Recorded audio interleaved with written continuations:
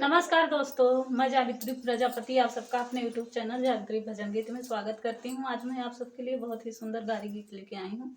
अगर आप सबको मेरा वीडियो अच्छा लगे तो मेरे वीडियो को लाइक शेयर और सब्सक्राइब करना ना भूलें। ककरिन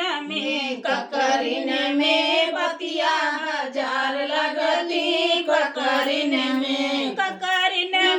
बतिया हजार लगती, ककरिन में समधि के बहनी के चोर लगती, ठगहार लगती, हमरे गाँव का गुंडा हजार लगती, ककरिन में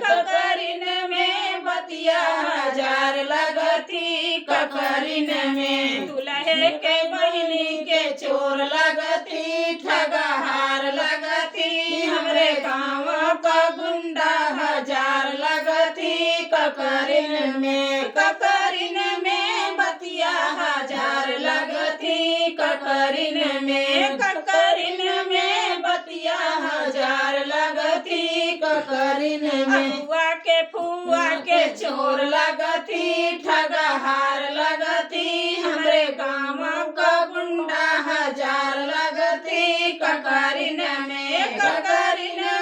बतिया हजार लगती, ककरिन में बरतिया हमन के बहनी के चोर लगती, ठगहार लगती, हमरे गाँव का गुंडा हजार लगती, ककरिन में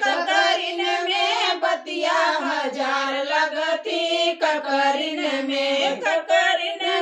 बतिया हजार लगती, ककरिन में दुल्हे के बहनी के चोर लगती, ठगहार लगती, हमरे गाँव का गुंडा हजार लगती, ककरिन में बतिया हजार लगती, ककरिन